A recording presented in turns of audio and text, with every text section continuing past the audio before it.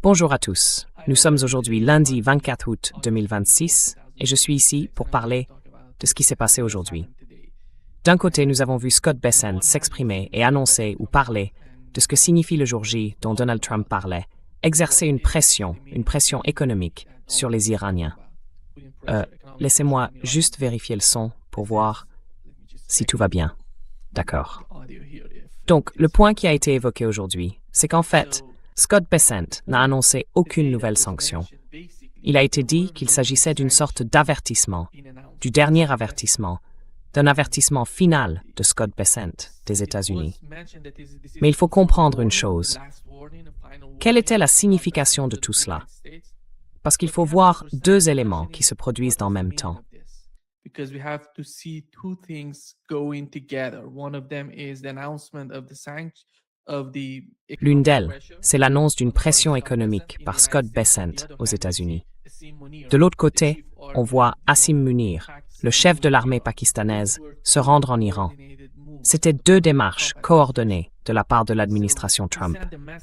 Il a donc transmis un message de son administration par l'intermédiaire d'Asim Munir du Pakistan, qui s'est rendu aujourd'hui en Iran. Il s'est entretenu avec le président iranien. Il a rencontré le chef du Conseil de sécurité nationale iranien, Mohsen Rezaei, et il a parlé avec le président du Parlement iranien ou le chef négociateur de la délégation iranienne, Kalibaf. En gros, il a parlé avec les responsables les plus importants d'Iran et il a transmis un message des États-Unis. La question maintenant, c'est quel était ce message et que veut Donald Trump de l'Iran? And what does Donald Trump want from Iran? When they're talking about putting pressure on Iran, Quand il parle de faire pression sur l'Iran, cela veut dire qu'aujourd'hui, nous avons appris une autre information importante venue d'Irak. Donald Trump veut que l'Irak coupe tous ses liens avec l'Iran. Vous savez, la route terrestre. Aucun avion à destination de l'Irak. Aucune connexion entre l'Iran et l'Irak, ce qui est impossible. En réalité, il ne peut rien faire concernant les liens entre les deux pays, parce qu'ils sont tellement étroitement liés. Les deux populations sont très liées, vous savez, et c'est trop difficile. Même pendant les guerres, c'était très difficile. Durant les 8 années de guerre entre l'Iran et l'Irak, ces liens existaient. Voilà donc l'état d'esprit à Washington. En gros, ils veulent isoler l'Iran. Ils veulent envoyer le message suivant. Nous sommes prêts à tout faire pour vous isoler.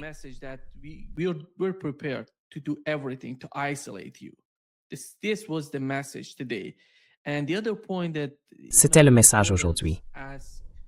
Et l'autre point qu'un des journalistes a soulevé auprès de Scott Bessent, c'était « Que pensez-vous des sanctions secondaires contre des pays comme la Chine ?» À propos de la Chine, il a reculé et a dit « Oh, je ne vais pas bouleverser l'économie mondiale. » Il ne veut pas aller aussi loin. Donc, je pense que la question fondamentale est la suivante. Que veut-il de l'Iran? Et quel message a été envoyé aux Iraniens? Ma supposition, parce que nous avons appris certaines choses des Iraniens, parce qu'ils en ont un peu parlé, ils n'ont pas dit exactement ce qui s'est passé pendant la réunion. Mais en gros, puisque nous connaissons le comportement de Donald Trump et que nous savons qu'auparavant, il demandait que le programme nucléaire iranien soit négocié dès la première étape des négociations. Je suppose qu'il demande essentiellement à l'Iran de parler du programme nucléaire.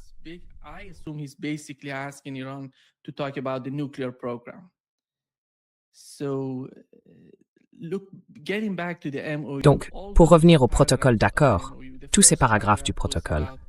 Le premier paragraphe portait sur la fin de la guerre, sur tous les fronts. Ensuite, on évoque les avoirs iraniens gelés, les sanctions primaires et secondaires contre l'Iran, puis on parle de l'étape suivante, de la manière dont le détroit d'Ormuz était mentionné dans cet article 5. C'était le détroit d'Ormuz. Donc, sans les États-Unis, le détroit d'Ormuz a défini son nouveau mécanisme. Les deux pays de la région, l'Iran et Oman, ont discuté de ce nouveau mécanisme. Il semble qu'ils soient parvenus, non, il ne semble pas, je suis certain qu'ils sont parvenus, à un accord pour définir le nouveau mécanisme du détroit d'Ormuz. Donc, sans les États-Unis, ce processus a été mis en œuvre jusqu'ici pour le détroit d'Ormuz. And the first paragraph of the MOU, Et le premier paragraphe du protocole d'accord, les États-Unis viennent de le violer avec le nouveau protocole d'accord entre Israël et le Liban. Que se passe-t-il aujourd'hui entre Israël et le Liban? Israël bombarde le Liban tous les jours, dans le sud du pays, sur le territoire d'Al-Mansouri. Et vous savez, il y a eu les autres attaques dans le sud du Liban. Le mont Ali Taher a été attaqué à plusieurs reprises ces 5 derniers jours. Donc le cas du Liban est, d'une certaine manière, relégué à l'arrière-plan. Je suppose qu'aujourd'hui ils ont aussi parlé du cas du Liban, parce qu'ils ont dit que la position iranienne était la suivante. Tant que les conditions préalables ne seront pas prises en compte avant les négociations, ils ne peuvent pas y aller. Ils ne peuvent accepter aucune des propositions des États-Unis. Donc la proposition, me semble-t-il, portait sur l'étape suivante.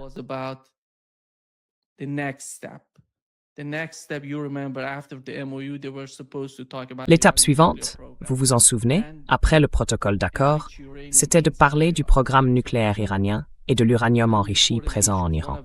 Donc, 2 étapes, 2 questions importantes. La première, est-ce que l'Iran va enrichir de l'uranium sur son territoire? Et l'autre point, que veulent-ils faire ou quel est leur plan concernant l'uranium enrichi qui se trouve en Iran? Nous savons qu'avant le début de la guerre, l'Iran avait décidé de diluer cet uranium enrichi. Voilà donc l'étape suivante, celle que Donald Trump pousse aujourd'hui. Il dit aux Iraniens, parlons-en, parce que Donald Trump sait que la guerre ne s'est pas déroulée comme il le voulait, car c'est lui qui a commencé la guerre. Il pensait qu'il allait vaincre l'Iran, qu'il atteindrait tous ses objectifs. Ça n'a pas marché.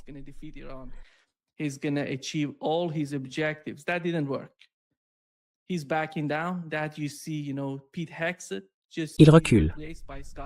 Vous voyez, Pete Hegseth vient d'être remplacé par Scott Bessent. Donc la guerre n'est plus le sujet.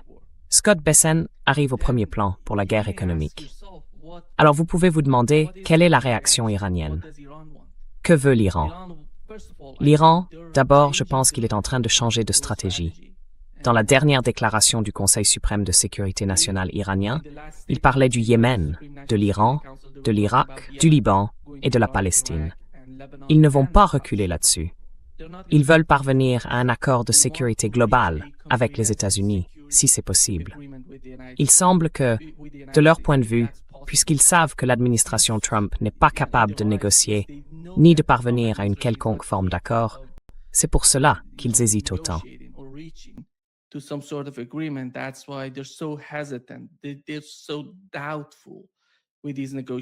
Ils sont tellement sceptiques quant à ces négociations. Peu importe que Simonier s'y rende et dise que c'était positif, parce que nous avons reçu aujourd'hui certains rapports disant que la négociation avait été positive. En quel sens était-ce positif? Est-ce que l'Iran va céder? Ce sont des questions importantes. Et, malheureusement, je pense que c'est une situation où rien ne semble devoir s'arrêter. L'administration Trump ne conclura aucun accord avec l'Iran, et les Iraniens le savent. C'est pourquoi ils ont envoyé des messages à l'Arabie saoudite et aux Émirats arabes unis.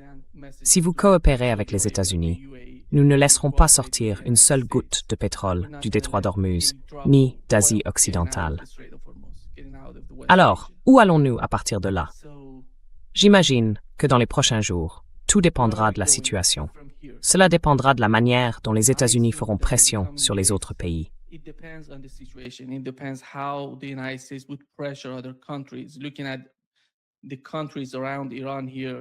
Si l'on regarde les pays autour de l'Iran, par exemple, je suppose, je ne sais pas quelle pression ils peuvent exercer sur le Pakistan, parce qu'il existe un lien entre l'Iran et le Pakistan. C'est très important, et je ne vois pas comment les États-Unis pourraient couper l'Iran du Pakistan. Ça pourrait arriver. Et pour ce qui est de l'Irak, à mon avis, il est trop difficile pour les États-Unis de couper l'Iran de l'Irak. Mais tous ces pays du Conseil de coopération du Golfe, le Koweït, l'Arabie saoudite, le Qatar et Bahreïn, tous, les Émirats arabes unis ont été le premier pays à coopérer avec les États-Unis.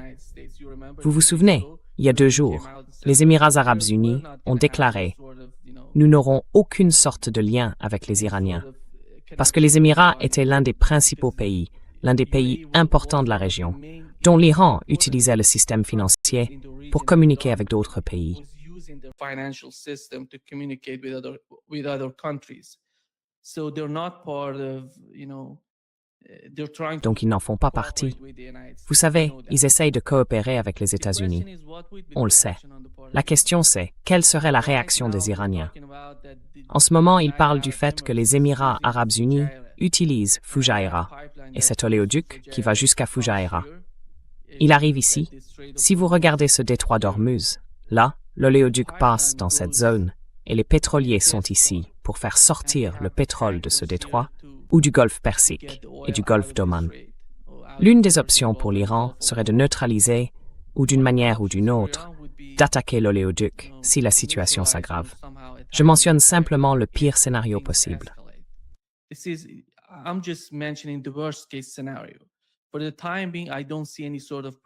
Pour l'instant, je ne vois aucune pression sur le gouvernement iranien pour aller aussi loin. Mais tout dépendra de la manière dont les choses évolueront, de la façon dont la situation changera dans les prochains jours. Nous ne savons pas. Nous ne savons toujours pas ce qui se passe. Peut-être que demain et après-demain, nous en saurons davantage sur ce qui s'est passé aujourd'hui. Mais, d'après ce que je comprends, rien n'avance. Et l'Iran, puisque l'Iran ne change pas de position, il n'y a aucun signe venant de l'intérieur du pays. Dans les médias nationaux, il n'est pas fait mention de ce qui s'est passé aujourd'hui. Et comme il n'y a pas de réaction positive à la réunion d'aujourd'hui, que les conditions préalables posées par les Iraniens sont évidentes, et que vous savez, les messages que les États-Unis adressent à l'Iran sont les mêmes qu'auparavant.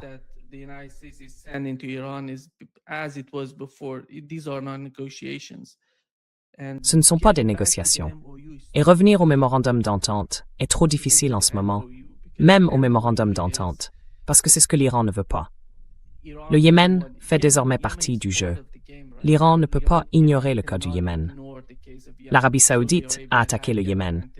Et aujourd'hui, nous avons de nouveau appris que la guerre se déroule à l'intérieur du Yémen. Ces Yéménites, ces personnes au Yémen qui sont pro-saoudiennes et qui reçoivent des armes d'Arabie saoudite, combattent en Sarala à l'intérieur du Yémen, comme nous l'avons dit. Donc la question du Yémen serait l'une des priorités des négociations, quoi qu'il arrive, entre l'Iran et l'Occident. C'est toute la complexité du problème. Avec le temps, il devient beaucoup plus difficile de le résoudre.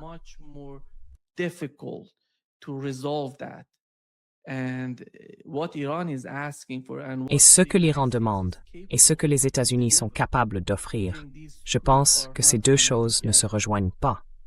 Parce que Donald Trump, au fond, ne veut rien donner à l'Iran. Aucun avoir gelé. Il ne va pas débloquer les avoirs gelés. Il ne va pas, vous savez, lever les sanctions, ni les sanctions primaires, ni les sanctions secondaires. D'ailleurs, il n'est pas en mesure de le faire. Il n'a pas autant de pouvoir. Il a besoin du Congrès. Il a besoin du soutien du système politique. Il faudrait aussi qu'il ait lui-même la volonté de le faire. Or, elle n'existe pas, parce qu'en fin de compte, il n'y a pas de négociation sérieuse. Et c'est toute la difficulté de la situation actuelle.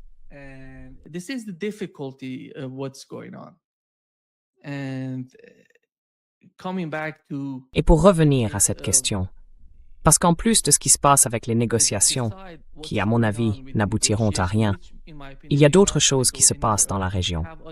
L'une d'elles, c'est cette nouvelle. Il semble que le gouvernement pakistanais veuille conclure une sorte d'accord de sécurité avec l'Iran. Ensuite, nous avons appris du gouvernement irakien qu'il voulait conclure un accord de sécurité avec l'Iran et l'Arabie saoudite. Parce que récemment, l'Arabie saoudite, avec les États-Unis, a attaqué l'Irak.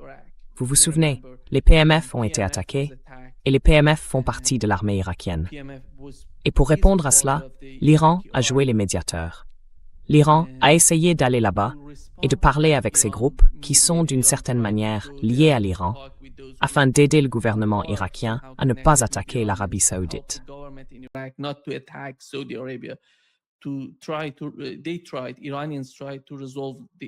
Ils ont essayé. Les Iraniens ont essayé de résoudre la question en Irak. Mais si l'Irak veut résoudre cette question, il doit avoir de meilleures relations à la fois avec l'Iran et l'Arabie saoudite. C'est ce qui se passe en Irak. Et quelle serait la meilleure option? Quelle serait la meilleure solution pour les rapprocher? Est-ce possible? Je suppose que pour le moment, c'est trop difficile parce qu'il y a une guerre en Asie occidentale. Et nous savons à quel point tous les pays du CCG dans la région subissent des pressions pour coopérer avec les États-Unis dans cette guerre économique que l'administration Trump a lancée aujourd'hui. Cela signifie qu'ils veulent isoler. Ils ne veulent aucun type de lien entre ces pays et l'Iran. Et il n'y a pas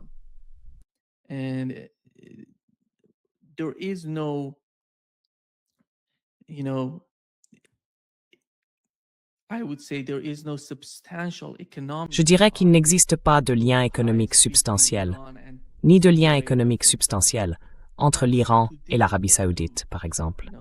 Mais ce n'est pas très difficile. Il n'y a rien qui permette à l'Arabie saoudite de faire pression sur l'Iran. Le seul pays qui comptait, c'était les Émirats arabes unis, qui coopèrent avec les États-Unis. La région est donc soumise à une pression énorme à cause de la guerre, à cause de la situation dans le détroit d'Ormuz. Et personne dans ces pays du Conseil de coopération du Golfe n'est satisfait de ce qui se passe. Mais ils ne peuvent rien faire. Ils n'ont aucun levier sur les États-Unis, ni sur ce qui se passe dans la région. Le seul pays qui puisse changer les choses ou faire quelque chose face à ce qui se passe dans la région, c'est l'Iran.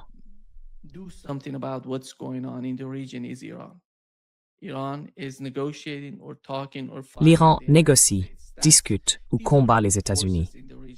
Ce sont les deux forces qui comptent le plus dans la région. Je parle de l'arrivée des États-Unis en Asie occidentale.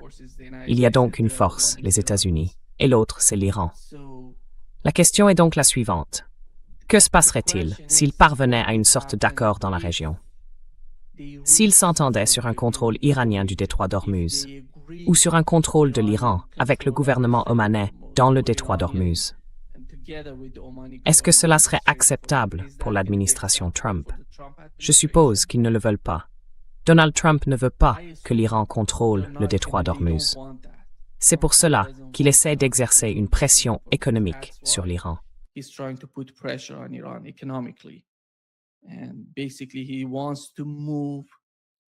Et au fond, il veut encore faire bouger l'administration Trump.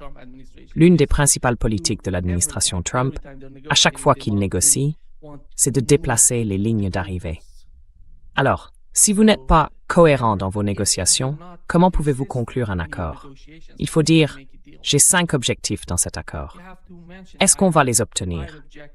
Est-ce qu'on va négocier sur ces 5 objectifs, ces 5 points, ces 5 paragraphes? Il n'était pas défini. Même ce protocole d'accord, ce plan en 14 points, avait été défini par les Iraniens. Et l'Iran définissait, redéfinissait, modifiait les lignes et les paragraphes. Et finalement, ils sont parvenus à cet accord en juin. Donc, le 17 juin, voilà ce qui se passe, vous savez.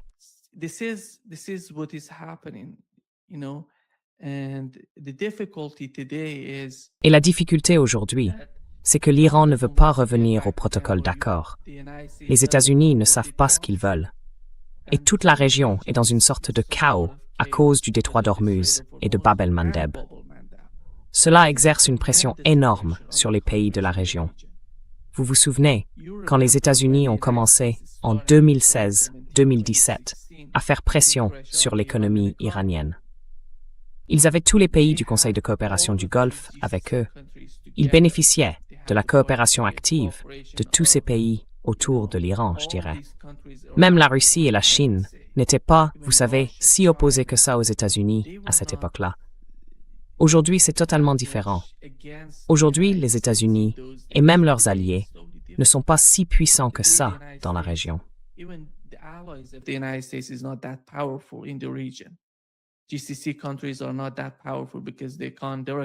Les pays du CCG ne sont pas si puissants que ça, parce que leur économie subit une pression énorme à cause du détroit d'Ormuz, puisqu'ils ne peuvent pas exporter leur pétrole.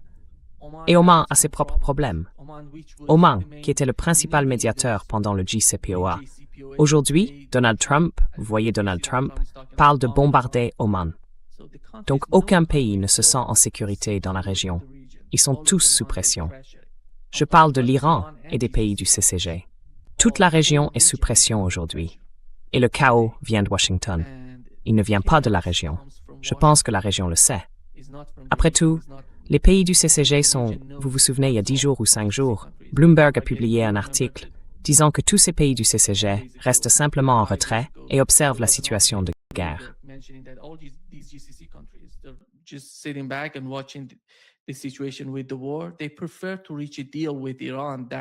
Ils préfèrent parvenir à un accord avec l'Iran plutôt que voir la guerre se poursuivre.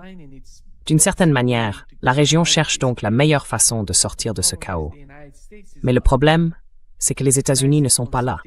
Les États-Unis veulent autre chose. Donald Trump n'acceptera pas le contrôle iranien du détroit d'Ormuz. Et l'Iran ne renoncera pas à sa domination sur le détroit d'Ormuz. C'est la réalité. C'est l'issue de la guerre. La sécurité est extrêmement importante pour les Iraniens en ce moment. Ils ne veulent voir revenir dans la région aucun navire de guerre, aucune arme, ni aucun radar. Peut-être que les États-Unis envisagent d'avoir une forme d'accès à cette force radar s'ils viennent à Oman.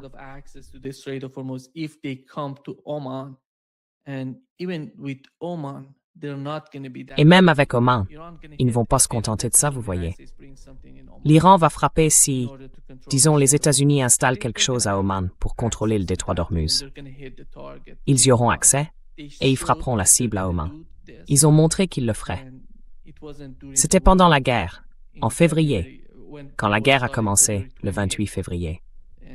L'Iran n'a pas attaqué Oman dans les premiers jours. Mais plus tard, on a vu que, lorsqu'ils ont constaté ce qui se passait avec les avions ravitailleurs, ces chasseurs qui utilisaient des avions ravitailleurs pour se ravitailler au moins 2 fois. Quand ils bombardaient l'Iran, ils utilisaient certaines installations à l'intérieur d'Oman. Et l'Iran a frappé ces installations. Donc l'Iran a montré qu'il ne reculera pas.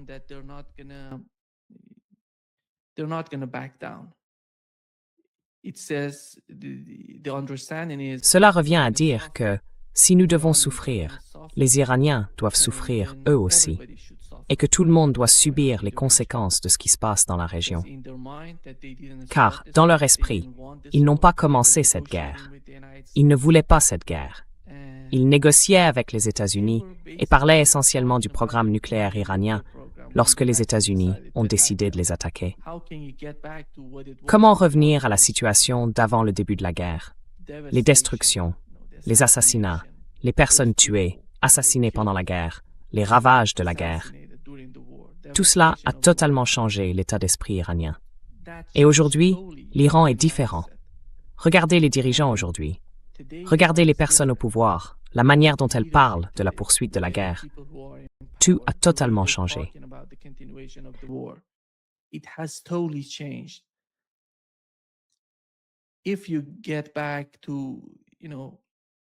Si vous revenez en arrière et que vous écoutez ce dont parlait le ministre iranien des Affaires étrangères, les négociations, les pourparlers et tout ce qu'ils avaient avec les États-Unis avant le début de la guerre, tout tournait autour des négociations avant la guerre.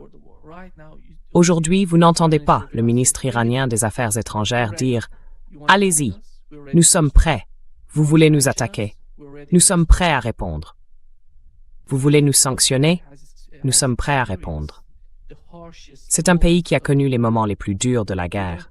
Ils n'ont pas peur de l'escalade. Et je ne suis pas sûr que la situation soit pleinement comprise par les gens à Washington. Ou peut-être que Donald Trump s'en fiche. Il veut poursuivre les sanctions, comme il l'a fait auparavant. Et il sait que ces sanctions ne fonctionneront pas. Il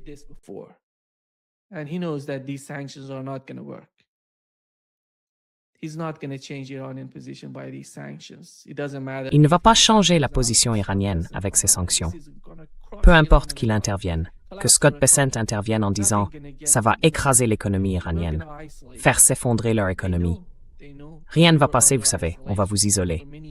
Ils le savent. Ils le savent.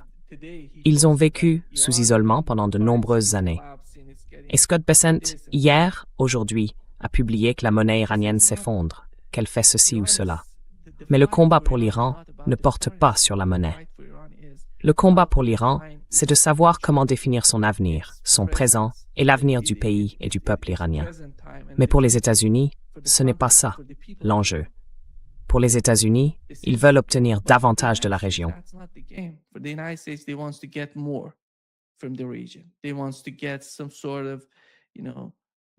Ils veulent obtenir une sorte de Donald Trump a perdu la tête.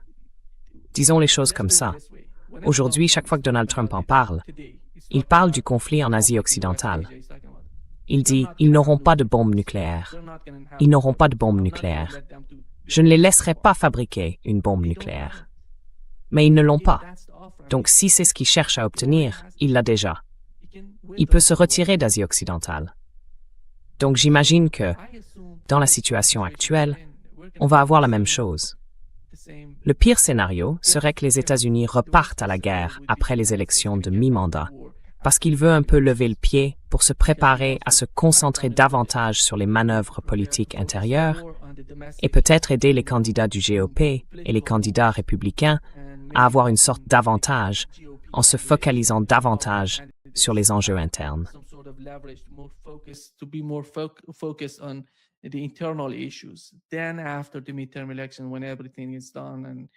Ensuite, après les élections de mi-mandat, une fois que tout sera terminé et que les résultats seront connus, vous savez, il reviendra à la guerre. C'est le pire scénario. L'autre scénario, ce serait que les États-Unis maintiennent les sanctions jusqu'à la fin du mandat de Donald Trump. Et je suppose que ce sera le cas. Parce qu'aujourd'hui, la question est-ce que les États-Unis vont lever les sanctions? Je ne vois pas ça arriver. Les avoir gelés? Jamais.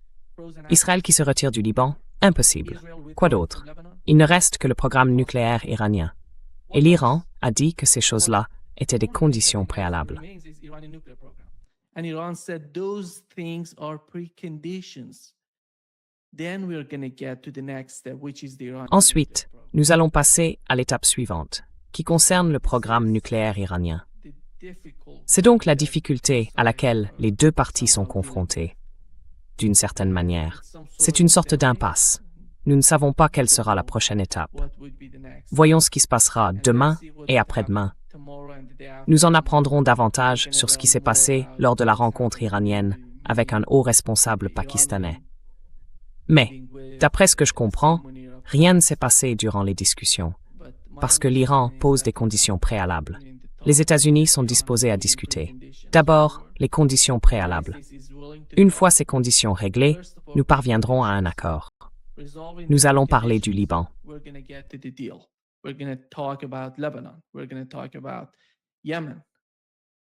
On va parler du Yémen.